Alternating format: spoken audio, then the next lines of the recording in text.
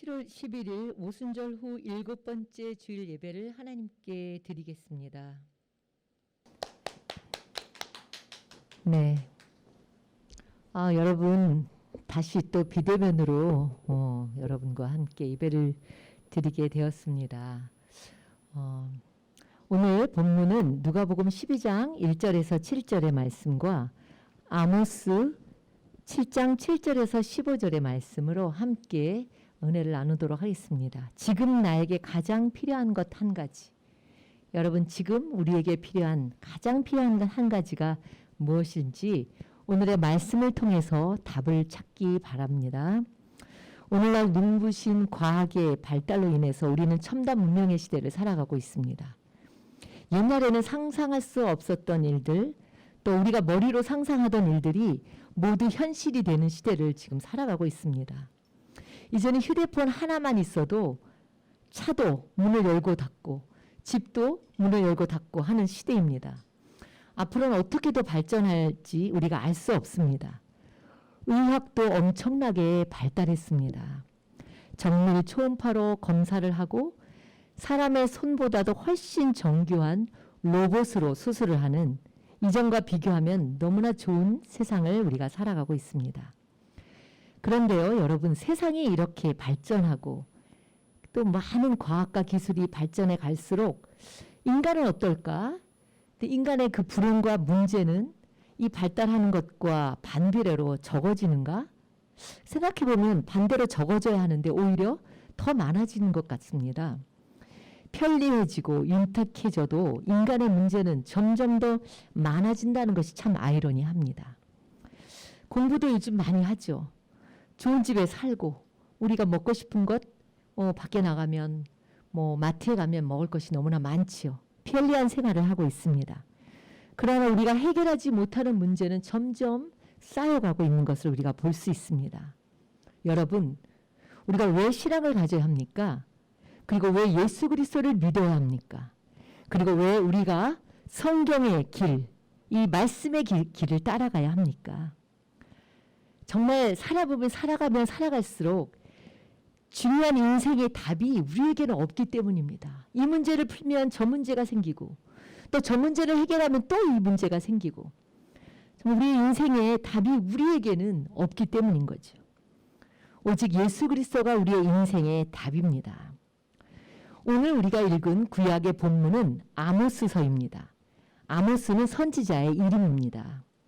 그는 원래는 우리나라도 남한과 북한이 있듯이 그 솔로몬의 아들 르호보암 시대에 나라가 이스라엘도 나눠졌습니다. 그래서 남쪽 나라를 유다, 남유다라고 하고 북쪽 나라를 북이스라엘이라고 불렀습니다.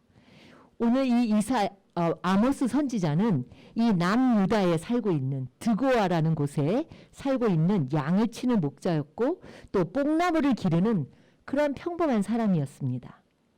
그 당시 얼마나 많은 제사장과 레위인 그리고 선지자들이 있었겠지만 하나님은 이 평범한 뽕나무를 치는 그리고 양을 치는 이 평범한 아모스를 택하셨습니다. 그리고 이 남유다에 살던 아모스로 하여금 북이스라엘에 가서 하나님의 말씀을 외치라고 그렇게 명령하셨습니다. 아모스가 활동할 그 당시에 북이스라엘에는 여로보암 2세가 왕으로 통치하고 있었던 때입니다. 북이스라엘에는 여로보암 왕이라는 사람이 두 사람이 등장합니다. 첫 번은 그 솔로몬의 아들 르호보암 시대 때 여로보암이 이제 나누어졌죠. 나누어져서 북으로 가서 그 북이스라엘을 만든 거죠. 그리고 이 오늘의 아모스가 활동하던 이 시대의 여로보암 왕은 여로보암 2세라고 이렇게 구분해서 말하고 있습니다. 근데 여로보암 2세 때에는 그 당시에 북이스라엘이 가장 번영한 때였습니다. 황금의 시대라고 부를 정도로 가장 번영했고 이 여로보암 2세가 41년 동안 통치를 했습니다. 국가적으로는 황금 시대고 또 가장 땅을 많이 차지했던 때였습니다. 그러나 오늘 아모스를 통해서 1장 1절에 보면 이제 2년 후에 지진이 있을 것과 심판이 있을 것을 예언하고 있는 것을 우리가 볼 수 있습니다. 얼마나 그때의 그 황급의 시대였냐면 아모스 6장 4절에서 6절에 이렇게 표현하고 있습니다. 왕이 상하상에 누운 거예요. 상하상에 누워서 침상에서 기지개를 피고 어린 양과 송아지에서 송아지를 잡아먹은 거예요. 얼마나 그 비싸고 맛있는 거예요. 송아지 고기. 이 양고기도 어린 양고기를 먹고 그리고 노래를 늘 지절거리고 비파 소리에 맞춰서 노래를 지절거리고 또 자기를 위해서 악기를 제조하고 포도주도 잔에 마신 게 아니에요. 대접에다가 포도주를 마시고 귀한 기름을 몸에 바르면서 환난에 대해서는 요셉의 환난에 대해서는 전혀 근심하지 아니하는 그런 아주 번영하는 시대를 살았던 것을 아모스 6장에는 말씀하고 있습니다. 사랑하는 성도 여러분, 우리가 개인적으로도 그렇습니다. 문제가 없고 아주 잘 될 때, 형통할 때 오히려 영적으로 우리가 그때가 더 위험한 때인 거예요. 우리는 잘 될 때일수록 나에게 아무것도 뭐 지금 너무 잘 된다, 모든 것이 이렇게 잘 풀어진다, 이럴 때 더 조심해야 되는 거예요. 겸손하게 주님의 말씀에 귀를 기울여야 합니다. 요한계시록 3장 17절에서 18절에 보면 라오디게아 교회에 대해서 주님이 뭐라고 말씀하시냐면 이렇게 말씀하세요. 라오디게아 교인들이 이렇게 얘기하는 거죠. 나는 부자라 부여하여 부족한 것이 없다. 이렇게 생각하는 거예요. 그런데 주님은 뭐라고 말씀하시냐면 라오디게아 교인들에게 너의 곤고한 것과 가련한 것과 가난한 것과 눈먼 것과 벌거벗은 것을 너는 알지 못하는구나. 너는 그 불로 연단한 금을 사서 부여하게 하고 흰옷을 사서 너의 벌거벗은 수치를 가리고 안약을 사서 눈에 발라서 보게 하라. 이렇게 말씀하십니다. 또 계시록 2장 8절의 서머나 교회는 어떻게 말씀하시냐면 굉장히 환난과 궁핍이 많았던 교회입니다. 그런데 주님은 그렇게 말씀하지 않으세요. 네 환난과 궁핍을 내가 알지만 실상은 네가 부요한 자다. 비록 네가 10일 동안 환난을 받지만 그러나 네가 죽도록 충성하라. 그리하면 내가 생명의 면류관을 너에게 줄 것이다. 이렇게 말씀하고 있습니다. 사랑하는 성도 여러분, 보이는 것이 다가 아닌 거예요. 주님은 우리의 마음과 영혼의 상태를 꿰뚫어 보십니다. 보이는 것은 그 사람의 빙산의 일각입니다. 여러분, 바이러스가 지금 코로나19 바이러스가 우리 눈에 보입니까? 그런데도 이렇게 바이러스가 말도 못하게 많은 사람들을 힘들게 하고 온 세계를 이렇게 힘들게 합니다. 공기가 우리 눈에 보입니까? 보이진 않지만 우리가 공기가 0.0001초라도 우리가 없으면은 우리는 우리의 숨이 끊어지는 거죠. 와이파이라는 게 있지 않습니까? 어디 가든 와이파이가 몇 번입니까? 물어보죠. 블루투스라는 것이 있죠. 그것이 다 우리 눈에 보이지 않아요. 그러나 모든 인터넷을 우리가 연결시켜주는 역할을 하고 있습니다. 바리새인들도 그 당시에 바리새인들도 겉으로 보기에는 굉장히 거룩하고 신실하게 보였습니다. 기도도 너무나 멋지게 잘했습니다. 그리고 걸음걸이도 멋지게 걸었죠. 거룩하게. 그런데 예수님은 오히려 바리새인의 누룩을 주의하라고 하십니다. 바리새인들은 외식주의자였습니다. 외식주의자가 뭐예요? 바깥에 나가서 외식을 많이 하는 사람들이 외식주의예요. 요즘 외식하기가 너무 어렵죠? 외식이라는 눈에 보이는 것을 신경 쓰는 사람, 보이는 것만 신경을 쓰는 사람이죠. 마치 무대에 서서 연기를 하듯이 말입니다. 가짜인 거예요. 가짜인 거예요. 하나님을 믿는다고 하면서 실제로 하나님을 믿지 않는 사람이 얼마나 많습니까? 그래서 독일의 유명한 신학자 본 회퍼는 하나님 없이 하나님 앞에서 사는 사람들이다. 이렇게 이야기하고 있습니다. 우리는 그렇지 않습니까? 하나님 없이 하나님 앞에서 살아가는 것처럼 보이는 가짜는 아닙니까? 오늘 우리가 읽은 아모스 7장에 보면은 뽕나무를 기르던 목자 아모스와 그 당시에 북이스라엘의 아주 제사장이죠. 베델에 그 당시에 베델과 단의 두 곳에 이 제단이 있지 않았습니까? 이 베델의 제사장인 아마샤가 대화하는 장면이 나옵니다. 아모스가 이렇게 말을 하는 거죠. 여로보암 왕은 칼에 죽을 것이고 이스라엘은 반드시 사로잡혀서 이 땅에서 이제 다 쫓겨날 거다. 이렇게 예언을 한 거죠. 그때 이 북이스라엘의 제사장인 아마샤가 아모스에게 뭐라고 얘기를 하냐면 야, 이 성견지야, 너 니네 땅에 가서 얘기해. 니네 땅으로 도망가서 거기에서 떡을 먹고 거기 가서 예언하고 다시는 우리 땅에 오지 마. 다시 베델 땅에 와서 얘기하지 마. 그런 얘기하지 마. 이렇게 얘기한 거예요. 여기는 왕의 성소고 왕의 궁궐이야. 이렇게 얘기한 거예요. 그때 아모스가 이 북이스라엘의 제사장 아마샤에게 이렇게 대답합니다. 맞아요. 나는 선지자도 아니고 선지자의 아들도 아닙니다. 나는 목자고 뽕나무를 재배하는 자입니다. 그런데 양떼를 내가 이렇게 따를 때에 하나님께서 나를 데려다가 내게 이르시기를 네가 가서 저 이스라엘 백성에게 이렇게 예언하라고 하셨기 때문에 저는 이렇게 말씀드리는 겁니다. 이렇게 얘기를 한 거예요. 너무나 놀라운 것이죠. 북이스라엘의 제사장 아마샤는 베델을 뭐라고 표현합니까? 왕의 성소여 왕의 궁궐이라고 그렇게 말합니다. 여러분, 베델이 원래 어떤 뜻입니까? 하나님의 집이요 하나님의 성소입니다. 창세기 28장에 보면 야곱이 이제 도망쳐서 그 형 에서의 얼굴을 피해서 외삼촌 집인 밧단 아람으로 가다가 돌베개를 비고 자는데 거기서 하나님을 만난 거죠. 하늘문이 열리고 천사가 오르락내리락 하는 것을 보면서 하나님의 약속을 거기서 받죠. 그리고 내가 다시 돌아오면 이곳에 하나님의 성전을 짓겠습니다. 그리고 그 이름을 베델이라고 한 거예요. 하나님의 성전이죠. 하나님의 성소예요. 그런데 북이스라엘의 제사장인 아마샤는 베델을 뭐라고 얘기합니까? 왕의 성소요 왕의 궁궐이라고 말합니다. 얼마나 타락했으면 제사장이 그 베델이라는 그곳이 얼마나 귀한 것이라는 것을 아는 건지, 알아도 이 아부하느라고 이렇게 얘기를 한 건지 참 타락한 제사장의 모습을 볼 수 있습니다. 사랑하는 성도 여러분, 우리가 무엇을 두려워합니까? 아마샤는 제사장이었지만 북이스라엘의 가장 권위 있는 제사장이었지만 참 왕이신 하나님보다 보이는 왕인 여로보암을 두려워한 것이죠. 여러분, 세상에 무엇을 두려워하십니까? 세상에 어떤 사람을 두려워하십니까? 또한 우리가 이렇게 당하는 모든 그런 지금의 어떤 그 환경이나 상황을 두려워하십니까? 아니면 정말 보이진 않지만 우리의 참 왕 되시는 하나님을 두려워하십니까? 때로 우리가 어려운 상황에 놓여서 불안하고 또 두려움으로 고통스러워할 때 이런 생각을 하기도 합니다. 아, 정말 하나님이 내 고통을 아실까? 그리고 내 기도를 듣고 계시나? 이렇게 믿음이 약해질 때도 있습니다. 그러나 하나님은 오늘도 말씀하세요. 누가복음 12장에 보면 내가 너의 머리털까지 다 세었다. 우리가 아무리 자식이 귀하고 귀중해도 자식의 머리털까지 셀 수가 있습니까? 그런가 하나님은 우리의 머리털까지도 다 세신다고 그렇게 말씀하십니다.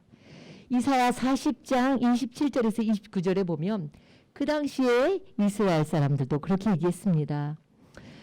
내 길은 여호와께 숨겨졌고 내 송사는 내 하나님에게서 벗어난다. 이렇게 생각을 한 거예요. 그러나 하나님은 뭐라고 말씀하시냐면 야, 넌 알지 못하니? 넌 듣지 못했니? 영원하신 하나님 여호와 땅끝까지 창조하신 이는 피곤하지도 않고 곤비하지도 않으시고 명철이 한이 없으시고 피곤한 자에게 능력을 주시고 무능한 자에게는 힘을 더하여 주시고 하나님을 바라보는 자에게는 소년이나 장정의 힘이 아닌 하나님의 힘, 하나님의 새 힘을 주신다고 약속하셨습니다. 사랑하는 성도 여러분, 하나님은 모르시는 것이 없습니다. 하나님은 거짓말을 하시는 분이 아닙니다. 민수기 23장 19절에 보면 하나님은 사람이 아니시고 그래서 거짓말을 하지 아니하시고 사람의 아들이 아니시니까 변덕을 부리지도 아니하신다. 어찌 말씀하신 대로 하지 아니하시고 어찌 약속하신 것을 이루지 아니하시랴. 이렇게 말씀하고 있습니다. 모세도요 40년의 광야 생활을 만물하는 시점에서 자신의 지나온 시간들을 회고하면서 이렇게 이야기를 합니다. 너희들은 이제 들어갈 가나안 땅에서 절대로 그들을 무서워하지 말아라. 두려워하지 말아라. 왜냐하면 너희보다 먼저 가시는 너희 하나님께서 애굽에서 너희를 위하여 너희 목전에서 모든 일을 행하신 것처럼 앞으로도 너희를 위해서 싸우실 것이고 광야에서도 너희가 경험한 것처럼 사람이 자기 아들을 안는 것 같이 너희 하나님 여호와께서 너희가 걸어온 길에서 너희를 아는사 이곳까지 이르게 하시지 않았냐. 그러니까 너희는 앞으로 염려하지 말고 두려워하지 말라고 이렇게 마지막 지나온 모든 시절을 회상하면서 그렇게 이야기를 합니다. 사랑하는 성도 여러분, 인간이 살아가는 데 있어서 가장 중요한 것은 신뢰예요. 신뢰. 사람 간에도 이 신뢰가 무너지면 다 무너지게 되는 거죠. 요즘 얼마나 불안감이 큽니까? 안전한 곳이 어디 있습니까? 코로나를 통해서 더 절감하게 돼요. 처음 코로나가 시작한 작년 봄에는 이게 금방 끝나겠지 하면서 그런 희망을 가지고 이번 달만 지나면 하다가 1년이 훌쩍 넘어갔어요. 그리고 이제 접종을 하면은 좀 이제 나아지겠지 했는데 사실 시작할 때에 또 작년 말보다 훨씬 더 어려운 상황이 오니까 사실 우리가 굉장히 지치기도 하고 때로는 많이 절망하기도 합니다. 그런데 우리가 이런 때에 우리에게 다가오는 이런 불안함을 없애려면 우리는 무언가 안전한 것을 신뢰해야 합니다. 신뢰하는 것은 뭐예요? 변함이 없는 것을 신뢰해야 되겠죠. 모든 것이 변하지만 변하지 않는 것, 그것을 우리가 신뢰합니다. 사실요, 우리가 불안과 두려움을 느끼는 것은 우리의 눈과 귀로 보고 듣는 것 때문이에요. 그래서 우리가 뉴스를 보면 되게 화가 나죠. 절망하게 돼요. 세상은 늘 우리가 보고 듣는 모든 것을 우리가 절망하게 만드는 것이죠. 그래서 우리는 그것을 들으면서 먼저 우리도 모르게 먼저 머리로 계산합니다. 그리고 안 돼. 이렇게 한계를 긋습니다. 그러나 하나님은요, 그렇지 않습니다. 하나님은 우리의 계산과 지식을 넘어서서 역사하시는 하나님이십니다. 근데 우리는 언제나 우리가 가지고 있는 그 조건에 집중을 하는 거죠. 외적인 조건에 집중합니다. 그래서 세상의 잣대는 뭐냐면 좀 더 큰 것, 많은 것이 힘이 있다고 생각을 해요. 근데 성경은요, 가만히 보면은 성경은 그렇게 말하지 않습니다. 그것이 착시 현상일 뿐입니다. 우리가 하나님을 바라보지 않으면 이 착시 현상에 시달리게 됩니다. 여러분, 우상들을 한번 보십시오. 얼마나 크고 화려합니까? 더 크게, 더 높게, 더 화려하게 만들어요. 그래서 우상의 도시에 가면은 우상이 얼마나 거대하고 또 왜 우상은 왜 이렇게 무섭게 만들어요? 그죠? 압도하게 만드는 거죠. 우리로 하여금 눈으로 볼 때 아주 압도하게 만드는 거예요. 그리고 보면은 온갖 번쩍번쩍하는 그런 것들로 장식을 해놓은 것을 우리가 볼 수 있습니다. 우리가 믿는 하나님은요, 보이는 하나님이 아니세요. 또 우리가 믿는 하나님은 우리 인간의 숫자나 어떤 크기에 갇히신 분이 아닌 거예요. 그래서 성전을 짓지 말라고 하신 거죠. 나는 성전에만 있는 하나님이 아니라고 말씀하지 않습니까? 그래서 우리가 눈으로 보고 듣는 것은요, 우리로 하여금 불안하고 두려움에 갇히게 만드는 것이 참 많습니다.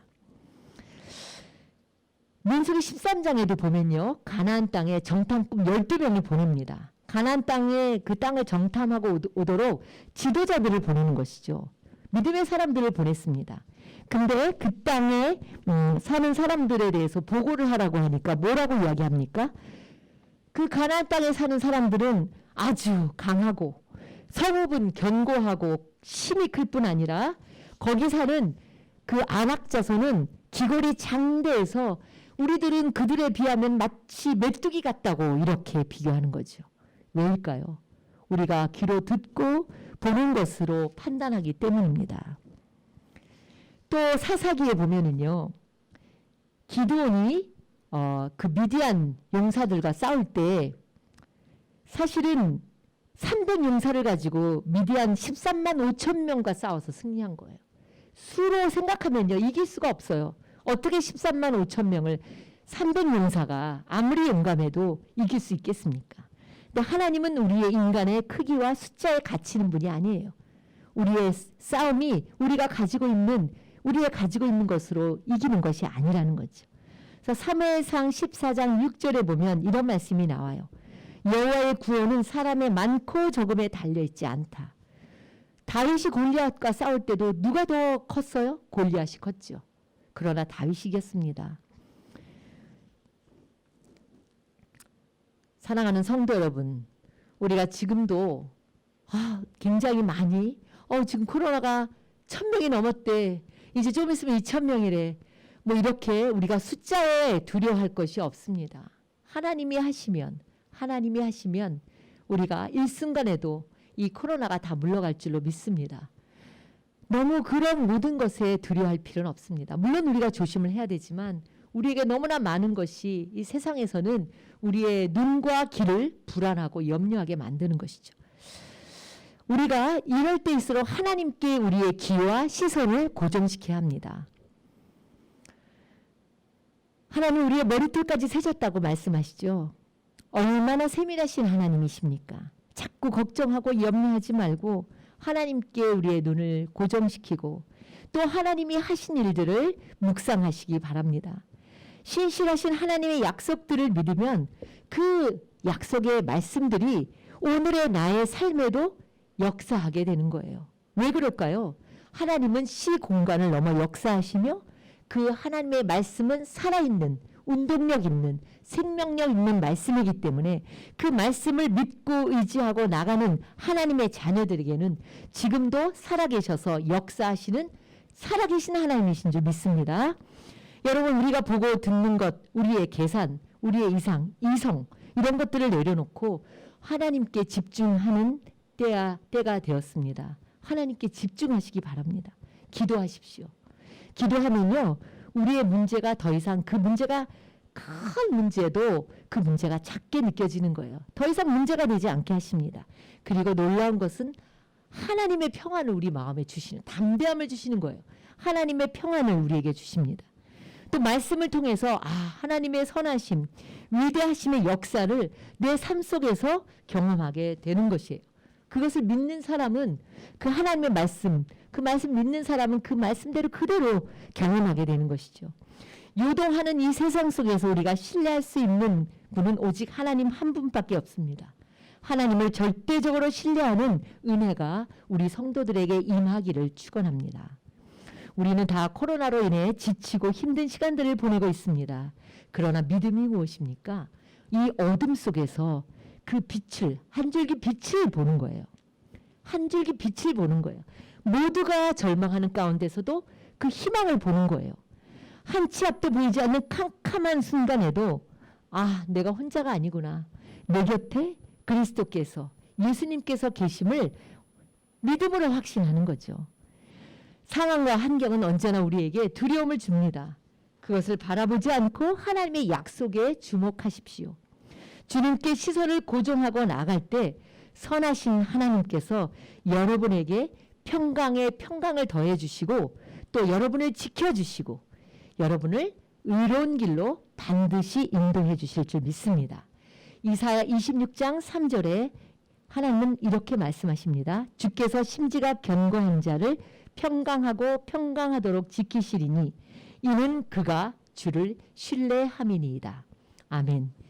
기도하시겠습니다. 왕이신 나의 하나님, 하나님 앞에 오늘도 겸손하게 엎드립니다. 보이지 않는 바이러스는 두려워하면서 인간의 생사화복을 주관하시는 하나님을 두려워하지 않는 그런 어리석음을 내려놓게 하시고 주님을 더욱 굳게 믿고 의지하며 살아가게 하여 주시옵소서. 예수님의 이름으로 감사하며 기도드립니다. 아멘. 사도신경으로 신앙고백 하시겠습니다. 나는 전능하신 아버지 하나님 천지의 창조주를 믿습니다. 나는 그의 유일하신 아들 우리 주 예수 그리스도를 믿습니다. 그는 성령으로 잉태되어 동정녀 마리아에게서 나시고 본디오 빌라도에게 고난을 받아 십자가에 못 박혀 죽으시고 장사된 지 사흘 만에 죽은 자 가운데서 다시 살아나셨으며 하늘에 오르시어 전능하신 아버지 하나님 우편에 앉아 계시다가 거기로부터 살아있는 자와 죽은 자를 심판하러 오십니다. 나는 성령을 믿으며 거룩한 공교회와 성도의 교제와 죄를 용서받는 것과 몸의 부활과 영생을 믿습니다. 아멘. 이 시간 봉헌하시면서 찬양하시는데요. 오늘부터는 멀리 있지 않아요라는 그런 찬양을 한 달 반 정도 우리가 이 찬양을 부르도록 하겠습니다. 그래서 이 악보가 교회 교인들 단톡창에 올라와 있고 그리고 이 찬양을 여러분이 집에서도 가정에서도 가족들과 함께 많이 찬양하시면 좋겠습니다. 행복이 멀리 있지 않아요. 우리의 소원도 멀리 있지 않습니다. 또 기쁨도 우리 가까이 있죠. 예수님이 우리 곁에 계시기 때문입니다.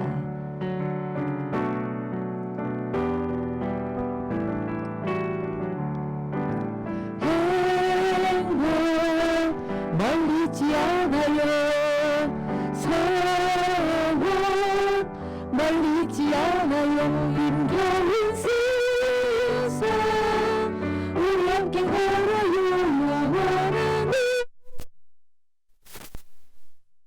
영원한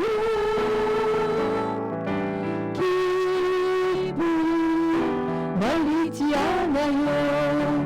희망 멀리 있지 않아요. 힘겨운 세상 우리 함께 걸어요. 영원한 은혜 나눠요.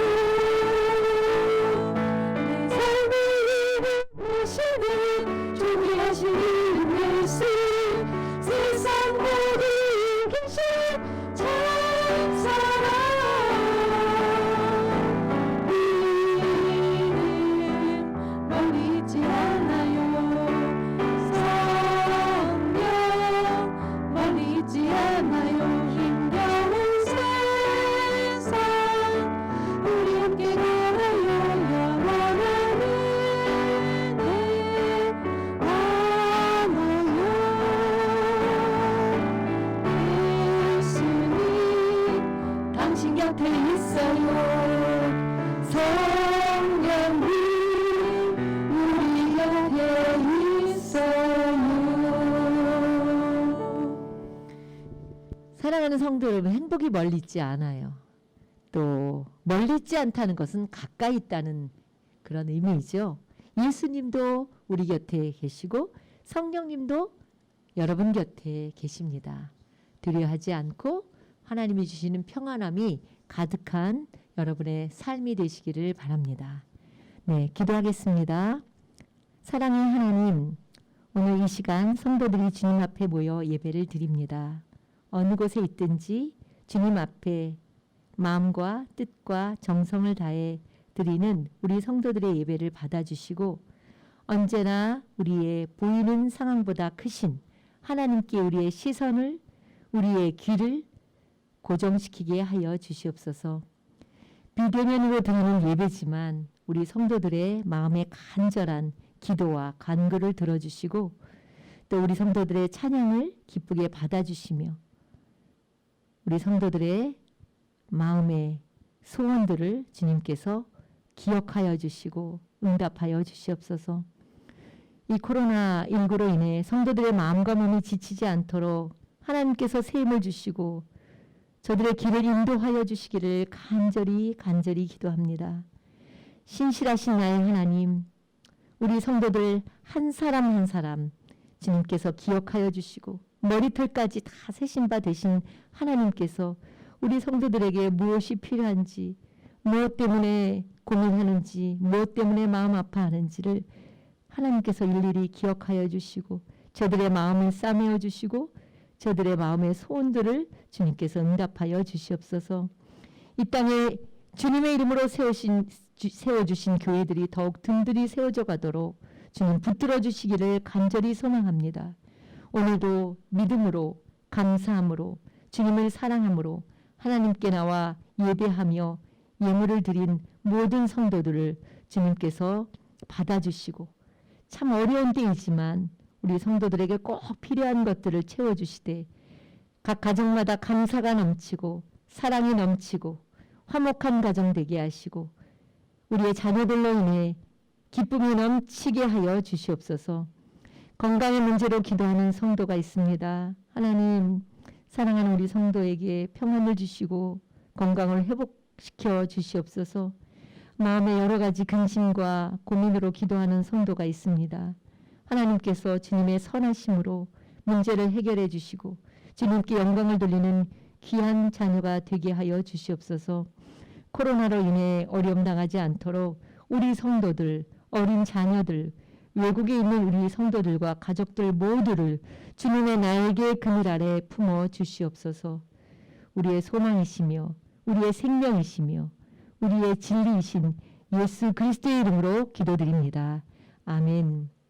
지금은 우리에게 참 평안을 주시는 예수 그리스도의 은혜와 하나님 아버지의 사랑하심과 성령님의 역사가 세상을 두려워하지 말고 주님을 신뢰하며 살아가기로 결심하는 우리 모든 성도들과 우리 시민인 교회 위에 또 이 땅의 코로나로 인해 고통당하는 이들과 의료진들 위에 이 나라 이 백성들 위에 이제로부터 영원토록 함께 하시기를 간절히 축원하옵나이다. 아멘.